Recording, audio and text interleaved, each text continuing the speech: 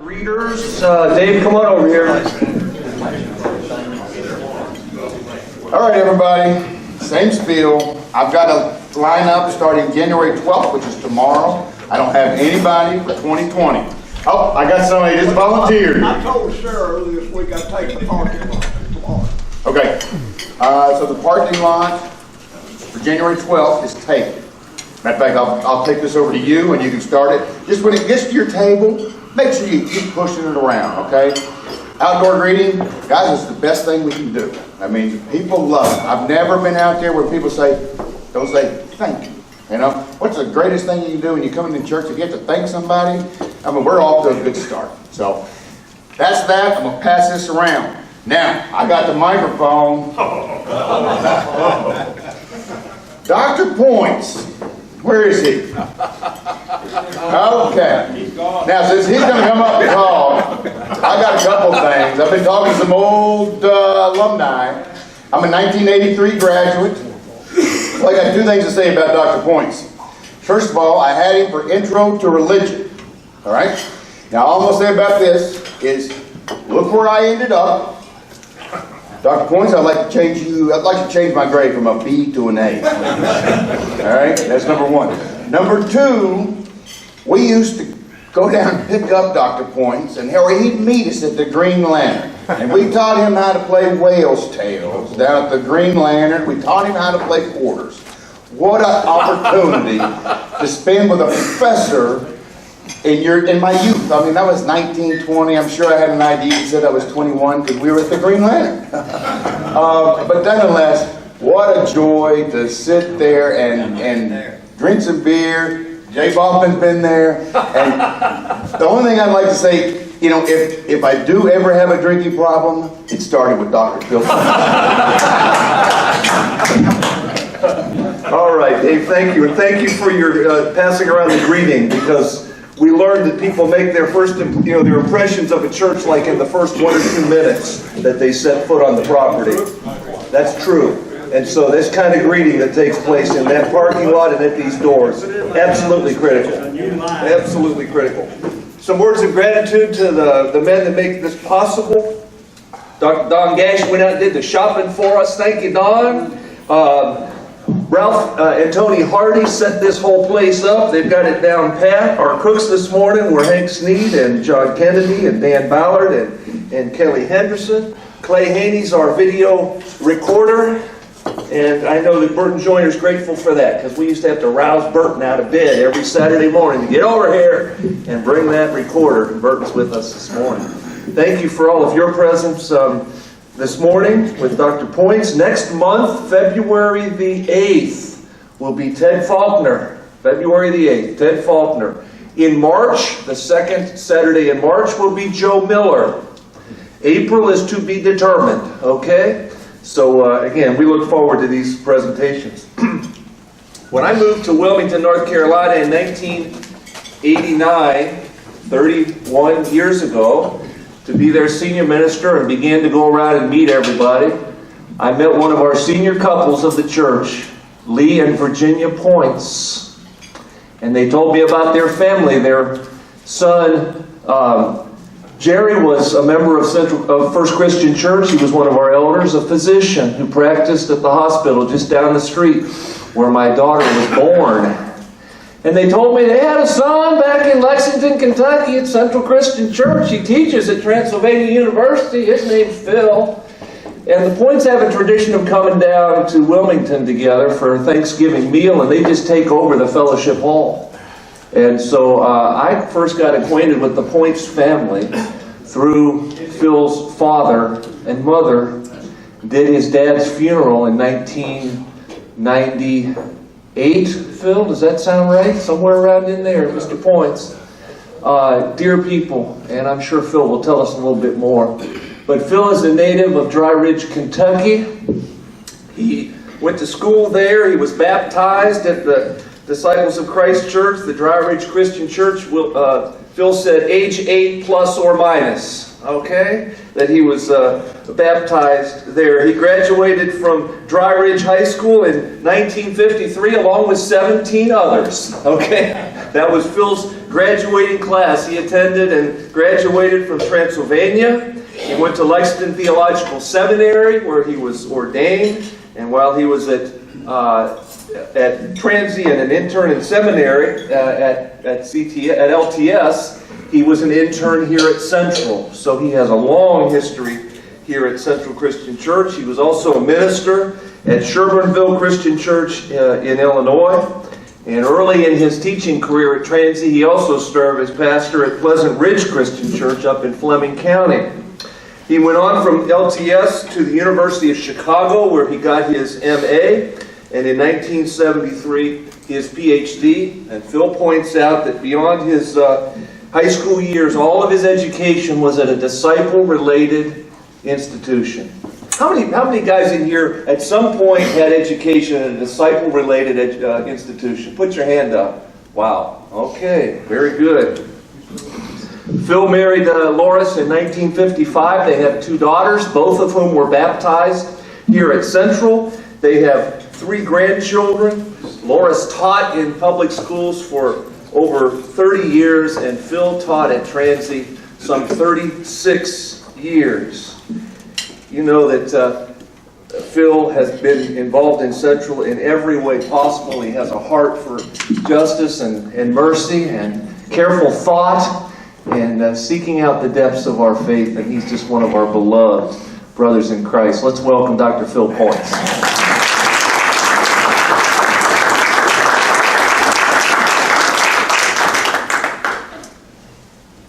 And Phil, before you get started, since we've got some folks that are new, but just to remind us that the way this has gone since the fall of 2015, when Wayne Bell kicked it off, is we've just got 3 questions that we ask all of our speakers to just weave a story out of. The first question is, who were the men or the man that had the most influence on your life, and why? And the second one is, tell us about a difficult time in your life and how your faith sustained you. And the third one is, what's something for which you're profoundly grateful? And we've got all of those presentations now on our website, and it's been fascinating, as those of you that are regulars know that the way those questions are weaved into what we hear has been wonderful. So Phil, welcome aboard. Okay. First of all, I lost the first copy of the questions. But I finally said, time's getting close and I better find out. I did not know until just now, I didn't have sense enough to ask. I did not know until just now that everybody's been doing the same thing. I thought maybe there were different questions for different people. But I promised myself I would say something about Jewish-Christian relations at the outset. Now, that's not anything of what I'm going to do here. But I am grieved at the way that the Jewish people are being treated right now. And that's it. So let's start my story. 3 things which have been with me for a long time, and especially through my teaching years. I have these posted in various places. One of them is, I think it's the 3rd stanza. I can't remember the title of the hymn, but I think it's the 3rd stanza. Time, like an ever-flowing stream, soon bears us all away.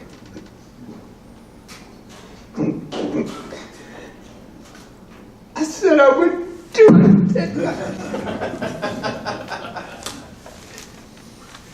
Exactly what I did. That happened to my grandson's bar mitzvah.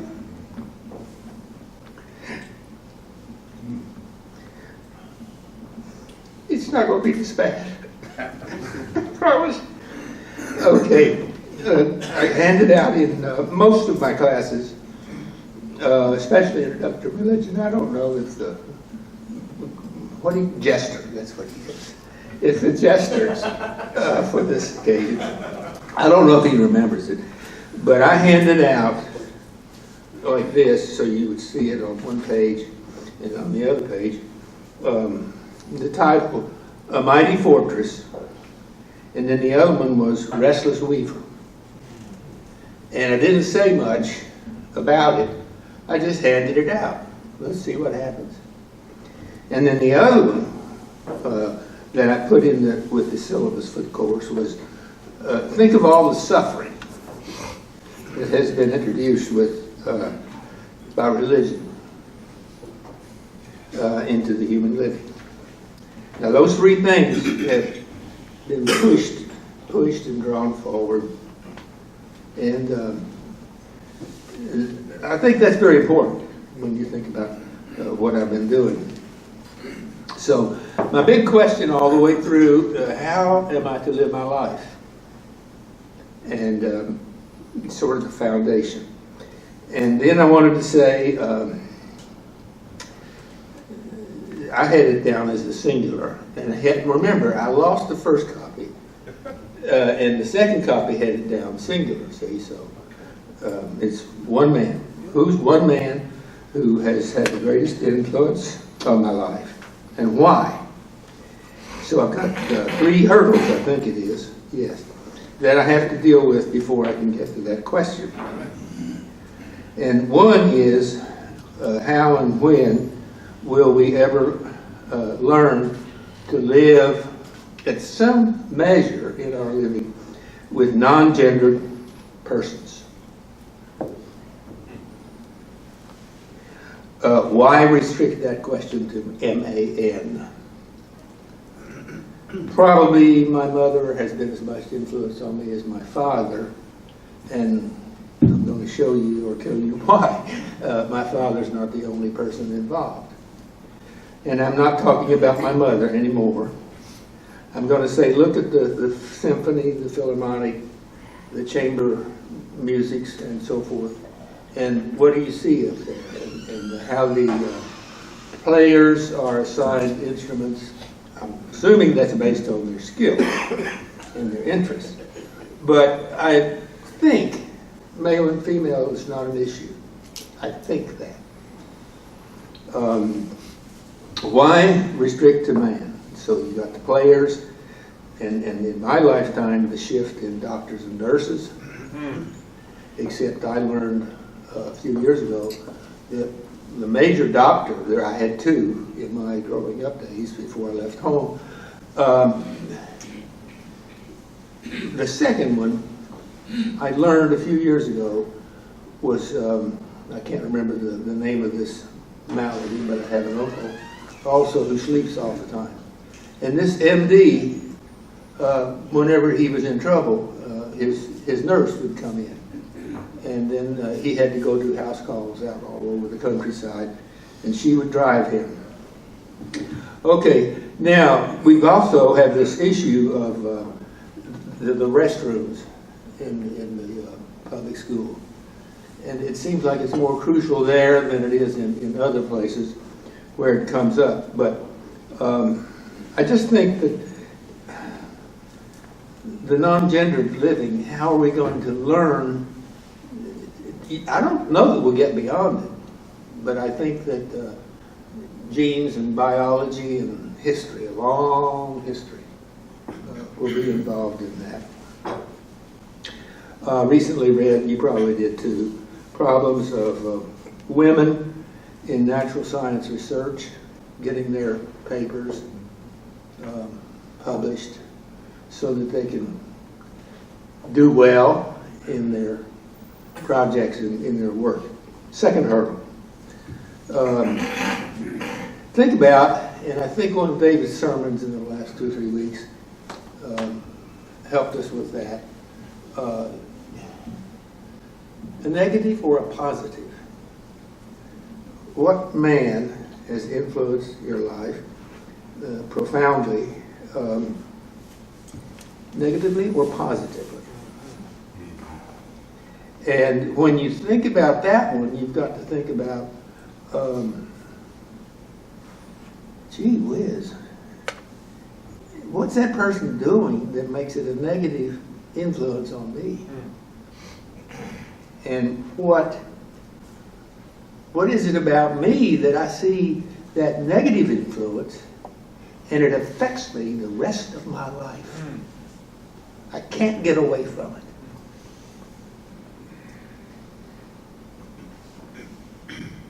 Does this depend upon how I have lived my life or upon how that other person lived his or her life? I think that's a really important question.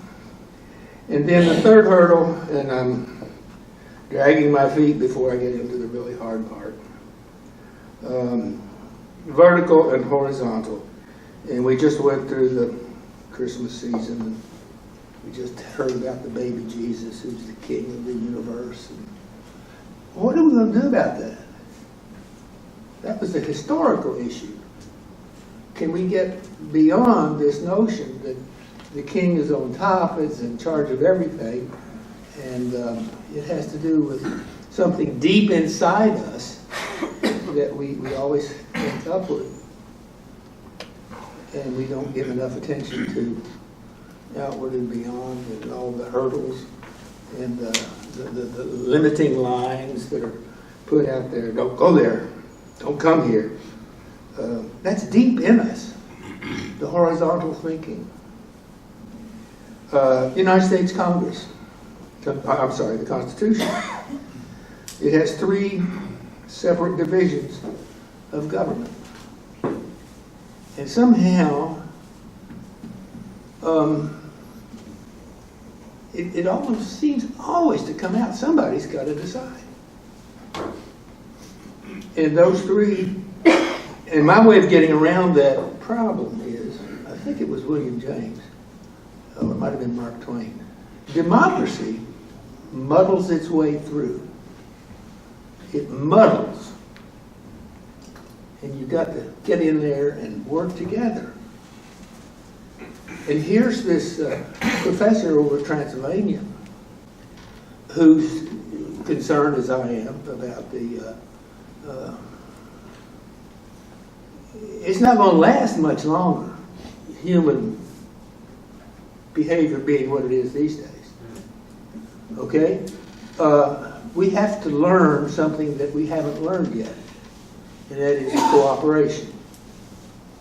We have to learn to help one another instead of being number one, instead of getting to the top. Somehow we have to stop and do that. Now, those of you who have a disciple background say, oh my gosh, I'm sure glad the disciples are around. Congregational. Are you really?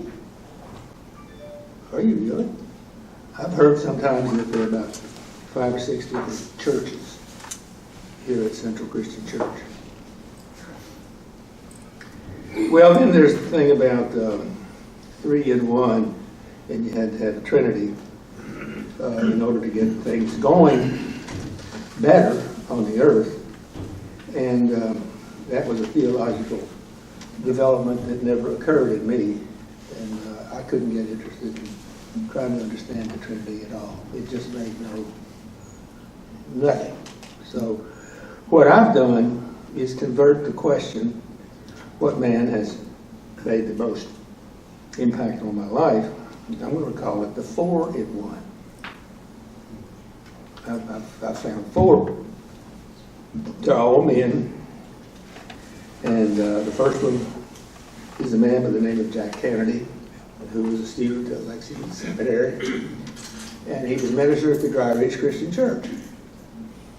And when Loris and I were dating, we would go to the Sunday evening service pretty regularly. Because it was interesting. You never knew what was going to happen. And so one night he said, well, let's each of you think about it. And you pick the hymns tonight. That's all we're going to do is sing. And I want you to, say something about it or tell us which one you want to sing and so forth. Now, there were only about 30 of us there. So, and you took turns. And he said, well, I'll start off. And he said, Amazing Grace. He said, look right there. For such a wretch as I. Now, I don't think I'm a wretch. I just don't think I am, he said. how would you sing it? Well, he didn't give time to answer. He just said, I sing for such a one as I. I think that might solve the earlier question, I'm just now remembering that, of the non-gendered person, but I'm not sure. Well, I sing one, says he, and I do not think of myself as a wretch. I don't think there was ever a time in my life when I thought of myself as a wretch. I grew up in the church. I was never told I was a wretch. But, of course, eventually I learned to think historically. And there's something that's got quite a story behind it. I'll let the musicians, Grant might be able to tell us about that one. I don't know. By the way, he's a fantastic organist. Come to the 8:30 service. Grant. Well, you can think again now about the mighty fortress and the restless weaver as you think about the hymns.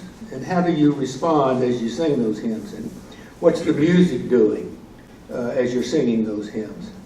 And which one do you think should be the last one sung or played or whatever at a funeral service? Or should there just be silence at the end of a funeral service? Okay, so A Mighty Fortress has its own historical birth, as does Restless Weaver. And the first time I heard Restless Weaver, I don't remember where it was, but I think it was over at Crestwood. I was there for some reason. And I thought, wow, fantastic. My students need to hear that. They need to think about that question. God, the mighty fortress, the armor, and so forth. Well, we better go on, Phil. You're losing your time. Now, this one, too, now, gets me to thinking about tradition and then a contemporary living. How are you going to live your life? And what things are affecting what you become aware of and what you give up and what you head forward with. Now, I'm still on one man, and I've got to stop this. But it occurs to me that when you have advanced beyond the mighty fortress as best you can, and you get into the restless weaver thing, how's the restless weaver going to handle you when you're starving, or when you're in the middle of a battle, war? You've got to think about that. Well, what are you doing in your prayer, on your deepest meditations? Do you find that you fall back into or begin to live for moments out of the depths of a mighty fortress? A former faculty member of Transylvania and I used to eat lunch together pretty often, and he said, well, Phil, don't you sometimes, now, everybody at Transylvania is not that way, I should say. They don't eat together and have lunch and talk about this kind of stuff, but we did. When you are in prayer, or in your deepest religious moments, do you find that what's coming out of you is your dependence upon and your living out of the power of each of those historical moments when something of great value sustains you, pushes you on. So the old prayers, his point was, the old prayers are not always bad. And sometimes there's the ones that help you the most. And the same thing is true of hymns. If you pay attention to the words of the hymns and the prayers, they'll stick with you, and some of them will hold you back. And some of them will not set you free. And I guess I will use this other one because I think it's important. Diana Eck, up in Bozeman, Montana, several years ago, went off to, I think it was Harvard, and she ended up writing a book in which she said she was very interested in this question of the deepest sentiments within our living days, so to speak. And she said, she got especially interested in Hinduism and Buddhism. Can I ever experience and even know what this person standing beside me is experiencing right now as we go through this Buddhist liturgy? Is it possible to know that? Well, how are we going to understand each other if we can't get down into that? If we can't reach for it? Now, I'm going to say real quickly on Amazing Grace before I go on to the next part of my four people. There's some folks that used to be living here in Lexington.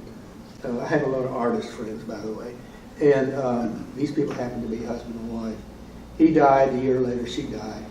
And most of the people there were non-religious people. That's no blame on them. I don't mean that at all. Here's what came out to me. The historian from the University of Kentucky was sort of leading us through all this at the Friends Meeting House. And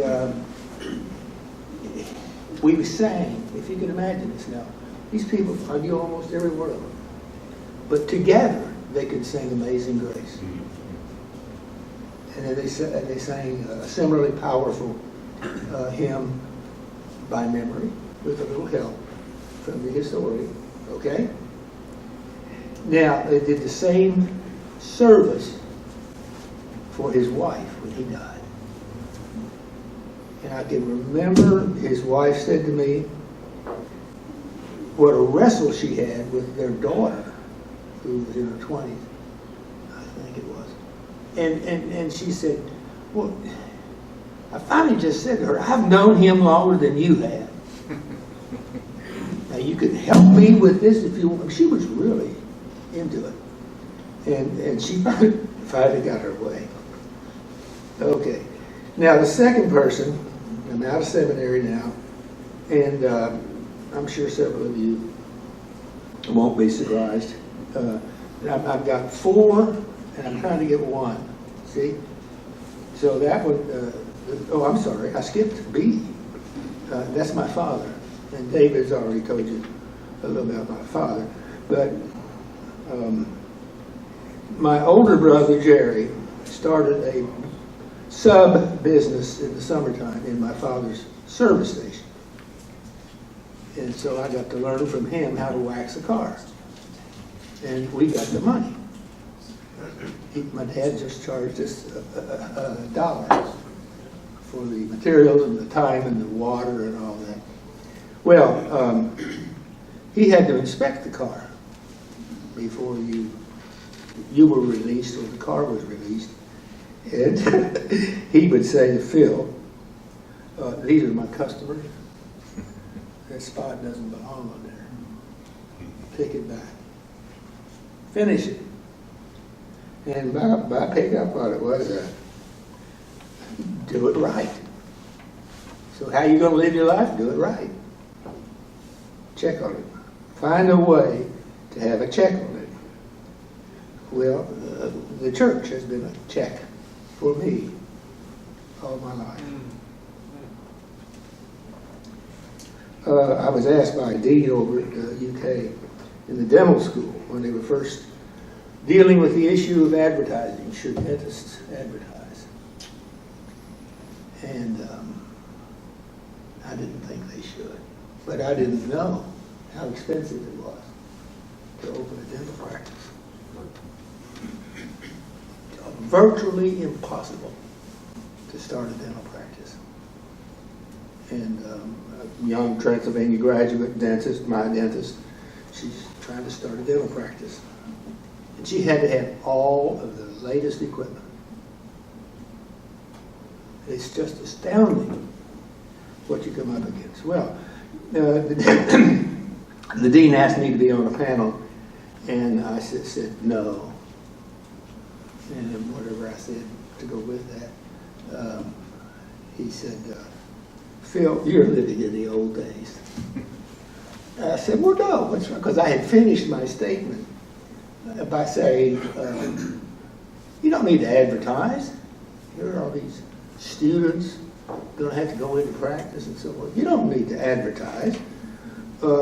Ask your neighbor. That's what it says on the side of the plumber's truck. Ask your neighbor. That's where people will find out.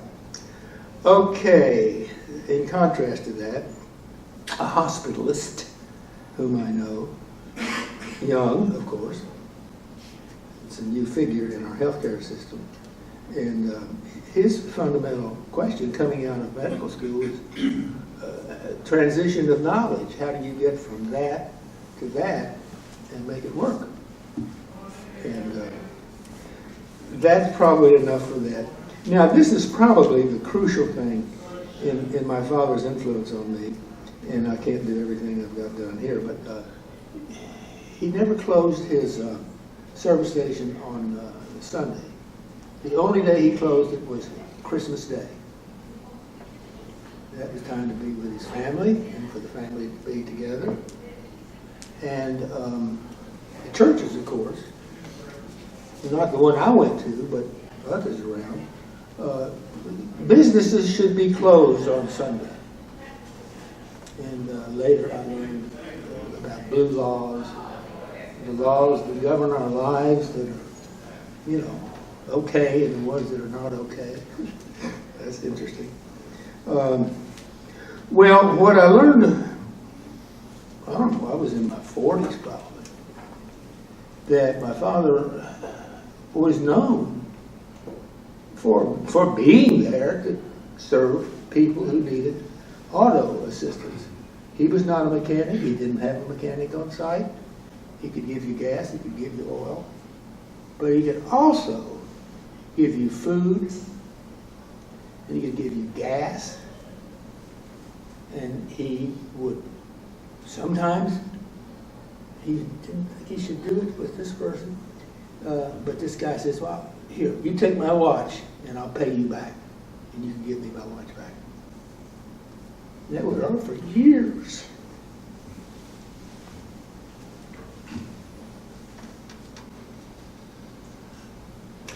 Well, there was also a grocerman and a banker, along with my father, who sort of had a coalition. And anytime somebody going down the highway has need, your word, one word, would be accepted by the other two. Take care.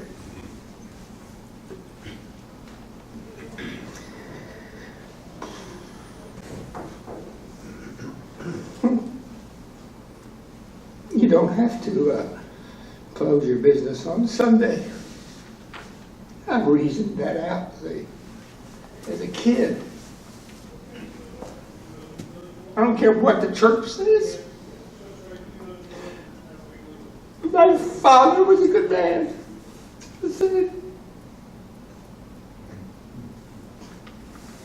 Well, I got that start, see. And then I got that minister who helped me learn more about living my life. And then this one is, I'm just going to be a very few words. Those of you here who had classes with Ben Lewis, philosophy and religion at Transylvania, and I think I was a freshman, I might have been a sophomore, when he came to the campus to start teaching. And in the first class he taught, there were about 40 of us probably, and the student total population was not even 500, but there we were. And so he made this assignment, and we were supposed to write this paper. I don't know if Ken was in there or not. I don't think he got up early enough.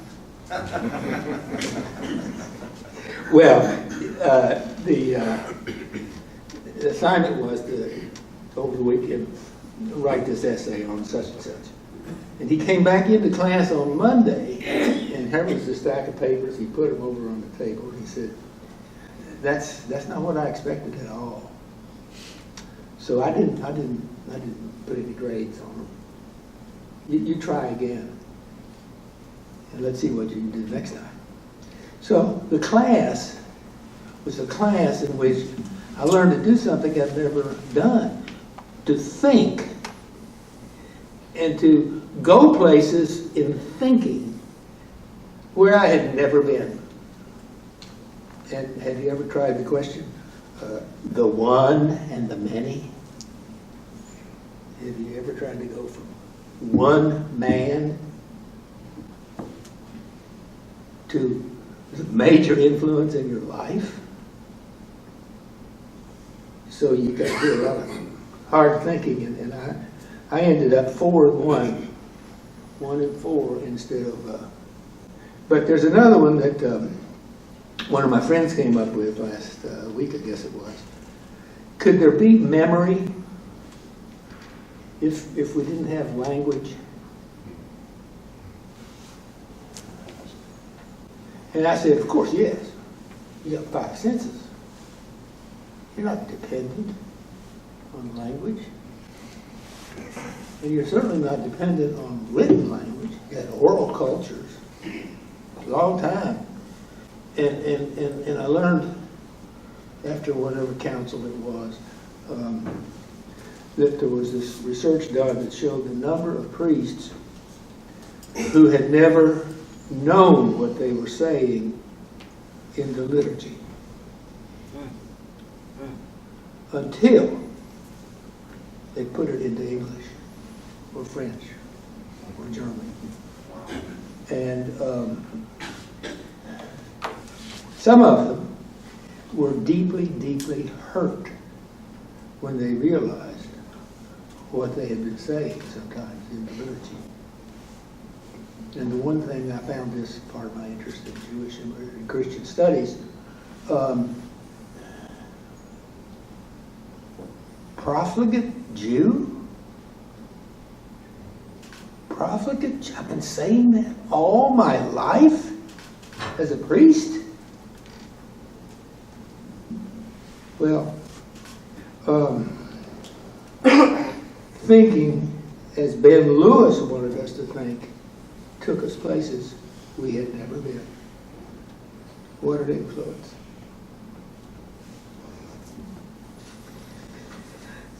Now, 4-1. Gosh, I've got to stop this. Again, another professor, I can't name anybody out of the seminary, but I can't begin to tell you how many of those 3 people in particular were influential on my life. But I decided that, no, I gotta get this one in. Bernard Maitland, University of Chicago Divinity School. Think forward as you live forward. Think forward. What are you going to do about your tradition? And all the memory that you have and the memory that you don't have. So think forward as you live forward. And as you're wrestling as he was, and we were, with, and some people still, faith and reason. If you can't think your way through it, if you can't come to an answer, a resolution, if you can't dispute what the other is saying, if you can't win, if you can't defeat, all these things that come into it, you see. Well, Maitland said, walk confidently. Walk with confidence in your stride, even though you cannot make it on intellectual grounds. And how are you going to do that? How are you going to do that in a culture which is got all these laws, Sorry, John, but this gives you a job. Okay. You've got a lot of religion that's based on stuff like that. Laws. And you're going to face intellectual issues at some point in your life. And how are you going to deal with it? So, I think I can do this real fast. There are all kinds of ways of thinking, all kinds of intellectual stuff. Okay, there's critical analysis, there's critical thinking, there's rational thinking, and Malin said there was a lot more to it than that. And his phrase for faith was appreciative awareness. That was his category, appreciative awareness. So if you can get to that dimension in the flow of thinking in your living, you've got something overwhelming there. Because you're always going to be trying to receive and assess. Receive and assess. And he's doing his thinking within culture. Within culture. And if we get enough people who can think along in the depth of the thinking capabilities, we might have a better way of life. So, faith. Walk with confidence. Now, there's a problem in that, and I don't want to fail to say that you might think you know more than you know, and you might get way out of line. So you have to have people around who can correct you, or who can help you beyond where you are. So here's my quick take on, I think that comes from TV, appreciative awareness. It's a way of being open to deep feelings and sentiments such that one does not inhibit the creation of good and goodness in the structure of experience, in oneself and in the culture. So we live more deeply than we can think. But best you can, walk with confidence as others go after you. Now, real quickly, I've said that how many times? But the second question was a difficult time in your life. Probably not many of you have any idea that this ever happened, but I had been teaching for 4 years at Transylvania, or I was teaching in my 4th year, and our older daughter was in her 4th year. No, she was in her 2nd year. And she had a terrible accident, badly burned. Fortunately, fine physician and surgeon in town brought her through, he and the crew and all that and everything. But I was standing in the hospital room with her one night. She's in the bed, of course, and it's dark and cold and rainy. And I was missing a basketball game someplace that I was very interested in. And out the window, I could see the cars were still moving. And I said, still getting, more and more upset because she'd been hurt and our plans had been upset and all that. I said, look, life goes on. And there are other people with other things they have to do. So don't let this overwhelm you. Don't let it take you down. You're not the only one around. It was just all this stuff it came out to me. I don't know where it came from, because I don't think we ever sang that song, that hymn, in the Dry Ridge Christian Church. Bet you a quarter we didn't. Okay, so like an ever-flowing stream, took me along through a few months and over a year. But that little girl, that child, almost died the first night that she was there. I wasn't in the room, but it sure got to my wife Laura's. She's still going though. And that girl is up in her 50s now, and she's doing fine. Okay, profoundly grateful. I'm going to say this one first. I'm profoundly grateful that the Christian Church Disciples of Christ is so supportive of higher education.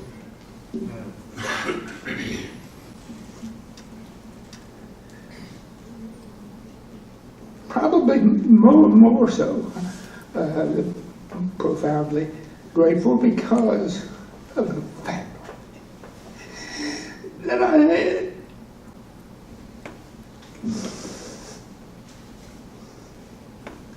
but the guy came to me afterwards in the bar mitzvah and he said, crying is good. Crying is good. Well, that 13-year-old kid stands there and he says, we don't think that way anymore. And he spent weeks studying with his teacher. That's the way the earlier Jews thought. But we don't think that way anymore.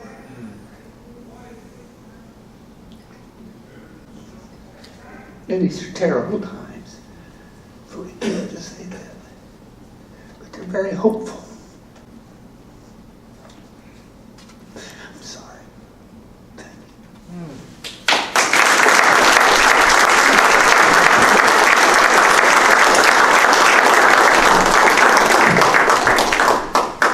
So you ask a philosopher to answer some questions. And the philosopher looks at a question and asks questions of the question. And then asks questions of his perspective on the questions that he's asked of the question. Turn around here, my brother. And then looks at the individual words in each question and explores the etymology and the background and the possible meanings of those words.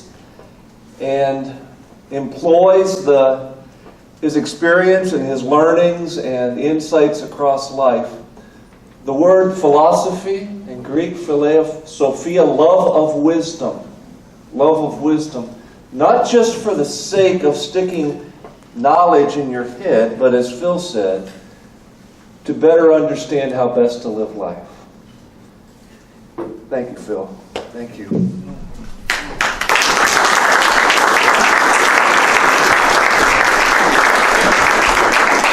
What I love about our church, in addition to the higher education, Phil, is, again, as I shared with you, I knew his parents. Got to sit with Lee and Virginia and hear about the gas station and Dry Ridge and his boys and all of this good stuff.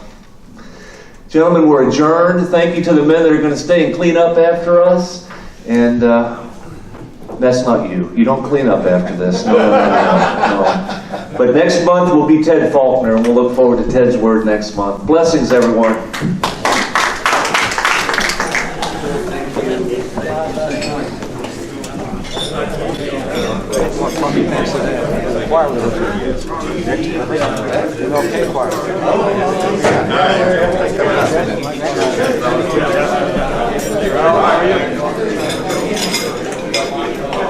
Tony? You can leave.